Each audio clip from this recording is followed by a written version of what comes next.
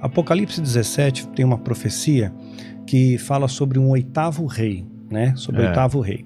Então, todo mundo conjectura quem é o oitavo rei e tal, né? E esse oitavo rei tem uma pista, diz que a mulher, ela está sentada, está deitada sobre 7 montes, né? 7 montes. Então, a Roma está sitiada por 7 montes. A mulher, a igreja, no caso aqui, a igreja corrompida. Seria a meretriz. A meretriz, né? Oi, desculpa interromper. Apoie nosso canal Patriota por só R$ 1,99 mês e ajude a levar cortes conservadores por todo o Brasil. Você também pode apoiar pelo Pix, no QR Code ou no link na descrição. Aí que acontece? O oitavo rei. Se a gente pegar o Tratado de Latrão, que deu poder de Estado ao Vaticano, o Vaticano tem poder de Estado hoje, né? Tem Estado independente. Então foi feito um Tratado de Latrão, assinado em 11 de fevereiro de 1929. Assinado o tratado. Agora olha só como as coisas não são coincidência. Aí a partir do Tratado de Latrão, começa então uma contagem de papas, né? Então vamos ter primeiro Pio XI. Pio XI já estava no governo, né? Então ele não conta, ele já estava cumprindo. Então tem que vir da mesma linhagem. A besta que era, que há de vir da mesma linhagem. Esse é o oitavo rei. Então Pio XI não conta. Depois de Pio XI vem Pio XII. Depois vem João 23, que foi considerado, tinha suspeitas que ele fosse maçom. Depois de João 23 vem Paulo VI, João Paulo I. Esse João Paulo I, ele falou que ele ia fazer uma investigação criteriosa no Vaticano, porque ele suspeitava de infiltração de maçonaria lá. Curiosamente, o pontificado dele durou só 33 dias. Morreu. Não fizeram nem necrópsia. Morreu, mumificaram o cara. Só porque queria levantar os maçons lá. Dom João VI. Aí vem João Paulo II. João Paulo I primeiro. Ué? Porque é o João VI.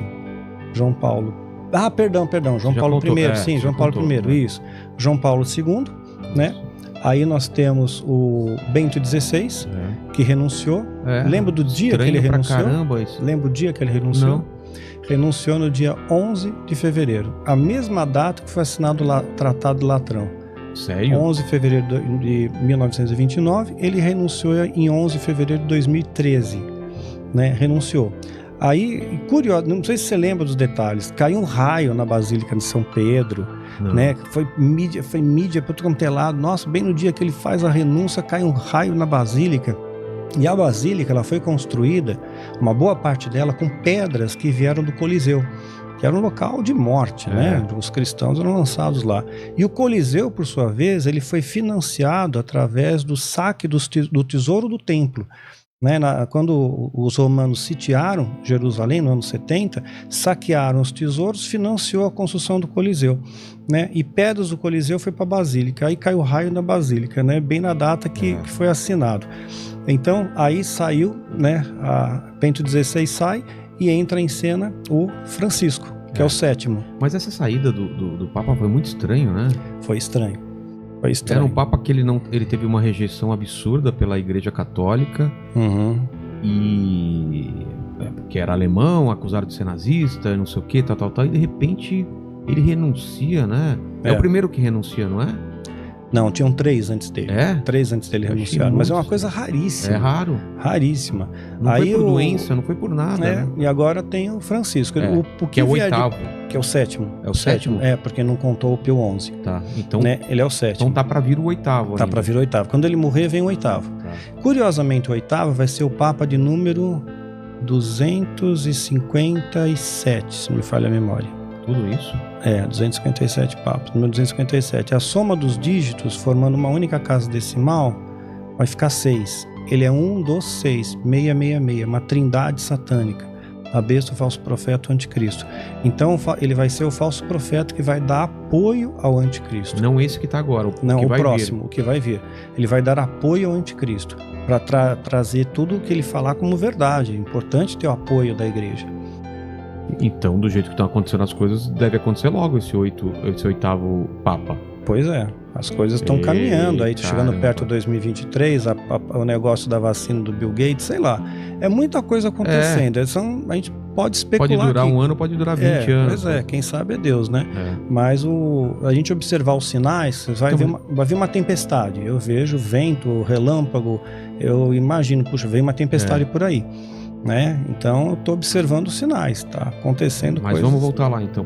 O oitavo cavaleiro estava falando por quê? Em relação ao quê? O oitavo rei? O oitavo rei, aliás. O oitavo rei é aquele que vai ser o falso profeta, né? Porque ele vai ser um membro da igreja. Ele não é o anticristo, ele só vai... Não é o anticristo.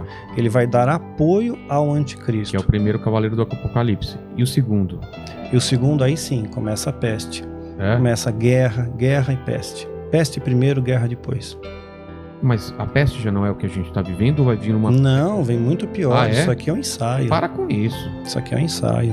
Porque, olha, o nível de letalidade... Se você pegar em percentual estatístico, friamente falando, né? Estatisticamente, em percentual, né, não são tantas pessoas que morrem. Morte sempre é trágica. Mas parece que está aumentando, né? Que isso pode ser a peste porque está aumentando a letalidade. Está aumentando, mas não chega nem perto de uma gripe espanhola, nem perto de uma peste negra.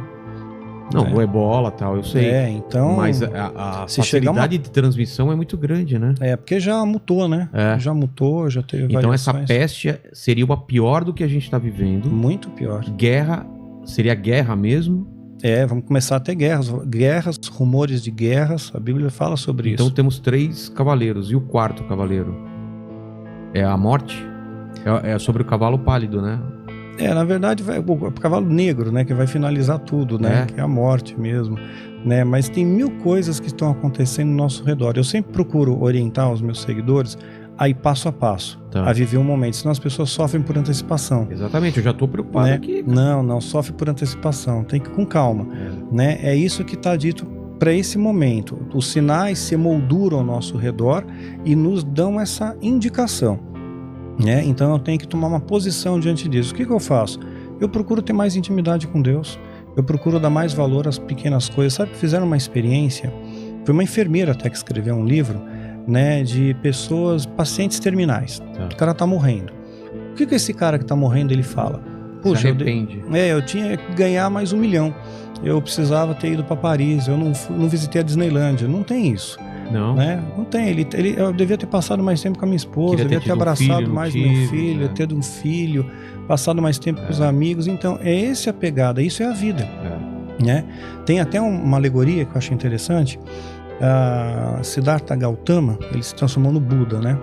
Então, tinha esqueci o nome da casta, mas é uma casta sacerdotal, Brahmini. Um Brahmini chegou, ele queria fazer uma pegadinha para Buda. Então ele falou assim: você é um homem ou você é Deus? Se ele falasse que ele é um homem, ninguém vai seguir a doutrina dele, né? A doutrina dos 7 caminhos, o budismo, aquela coisa toda, né? Se ele dissesse que ele é Deus, poxa vida, a maior parte dos deuses indianos são zoomórficos, então ele não poderia ser Deus também.